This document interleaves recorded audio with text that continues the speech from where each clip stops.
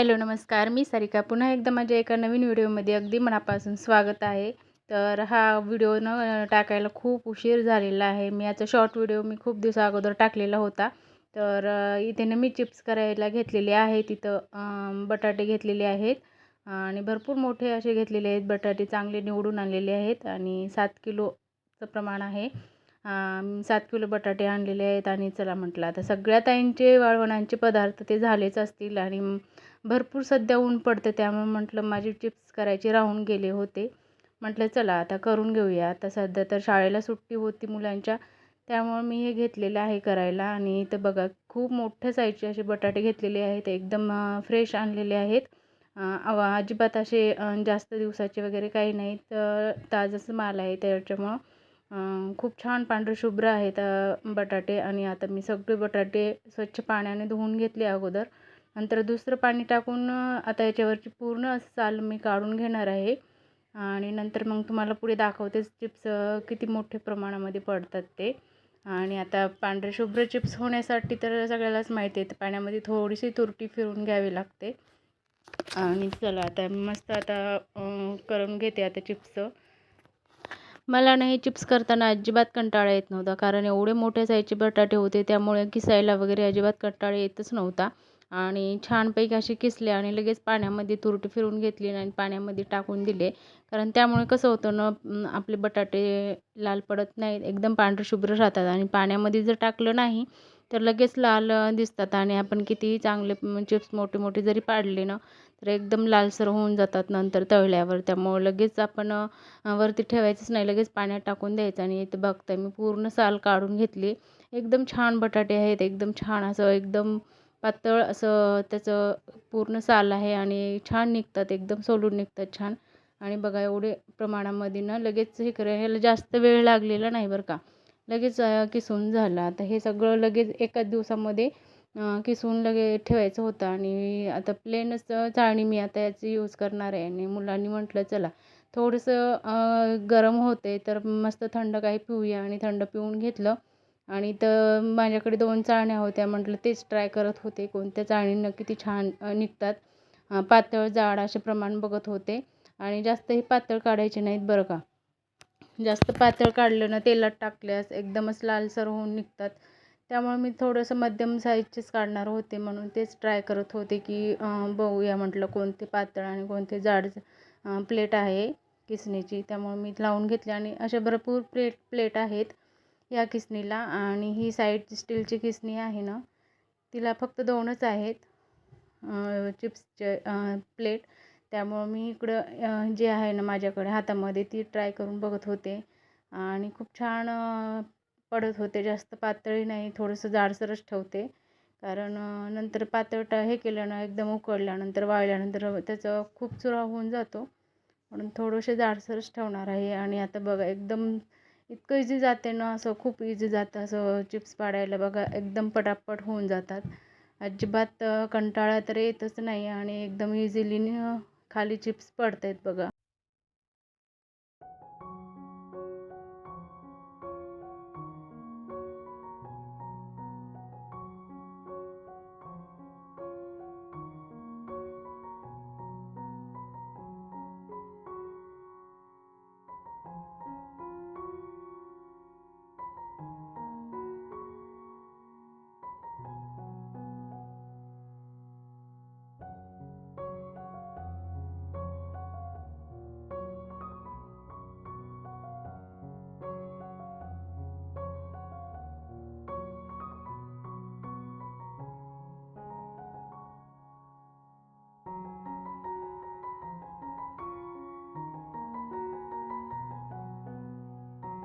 आता मी हे पूर्ण बटाटे किसून घेणार आहे किसणीने. आणि नंतर छान असं पूर्ण पाण्यामध्ये ठेवणार आहे बुडून.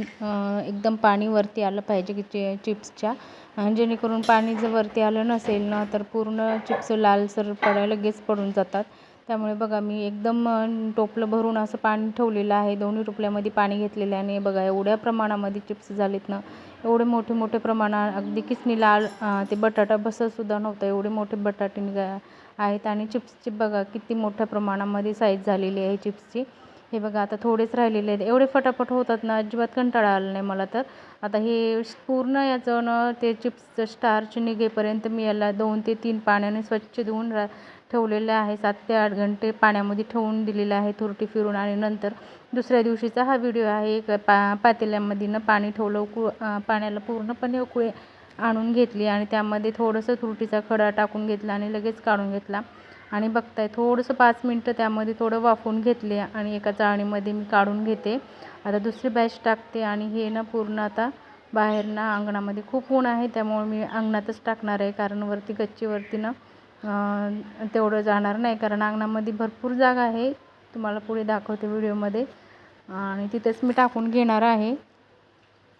एकदम पांढरे शुभ्र झालेले आहेत. पूर्ण यामधलं स्टार्च निघून गेले. जेवढं स्टार्च निघून जाईल ना तेवढे आपले चिप्स छान पांढरे शुभ्र होतात.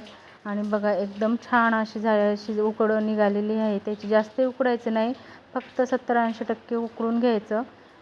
जास्त जर उकडलं ना ते पूर्ण असं त्याचं हे होऊन जातं. त्यामुळे आपल्याला थोडंच प्रमाणात उकडून घ्यायचं आहे. आणि बघा इथे मी बाहेर अंगणामध्ये अंथरून घेतलेले आहे सुती कापड. आता त्यावरती पूर्ण पसरून घेणार आहे. आता ऊन तर भरपूर झालेलं आहे आणि तरी पण मी आता थोडा उशीरच झाला, कारण पूर्ण काम आवरून करायचं म्हटलं की असा उशीर होतो बघा. आणि हे पूर्ण आता एक एक करून मला पूर्ण पसरून घ्यायचे. आणि चला आता ही दुसरी बॅच पण मी आता काढायला घेतलेली आहे. त्यामुळं एकदा पाण्याला उकळी आले की जास्त वेळ लागत नाही त्याची उकड काढायला. त्यामुळं आता मी करून घेणार आहे. त्यामुळं एका दिवसामध्ये करायला ना काही नाही, पण त्यावरचं स्टार्च निघेपर्यंत आपल्याला थोडंसं पाण्यामध्ये ठेवावं लागतं. त्यामुळं ही प्रोसेस मी दुसऱ्या दिवशी केलेली आहे. आणि बघा एवढ्या प्रमाणामध्ये इथे झालेले आहेत. आता एका एवढ्या कापडावर तर बसले नाहीत, मला दुसरं कापड अंतरावं लागलं. आणि बघा एवढ्या उन्हातसुद्धा मी हे सगळे चिप्स असे एक एक टाकून घेते. अजिबात त्याला एकावर एक पडू द्यायचं नाही, कारण ते चिटकून बसतात. आपल्याला पूर्णपणे असे सेपरेटच टाकून घ्यायचे. आणि एक दुसरं कापड अंथरलेलं होतं मी, ते पण भरलेलं आहे. एवढे छान झालेत ना चिप्स, एकदम पांढरे शुभ्र दिसत आहेत बघा. आणि थोडं सायंकाळी आता मी काढायला घेतलेलं आहे. बघा पूर्ण असे छान असे सुकलेले आहेत. आता एकदमच छान निघतात, इझिली निघतात. आणि बघा एकदम पांढरे शुभ्र आपले चिप्स झालेले आहेत. मी पहिल्यांदा ट्राय केले बरं का, याच्या अगोदर मी बनवलेलेच नव्हते, पण तरी पण खूप छान झालेत. बघू शकता तुम्ही, एकदम पांढरा शुभ्र कलर आलेला आहे, अजिबात लालसर झालेले नाही आहेत. बघा तुम्ही, खूप छान झालेत. तर कसा वाटला व्हिडिओ कमेंट करून नक्की सांगा. Like share subscribe. बाय.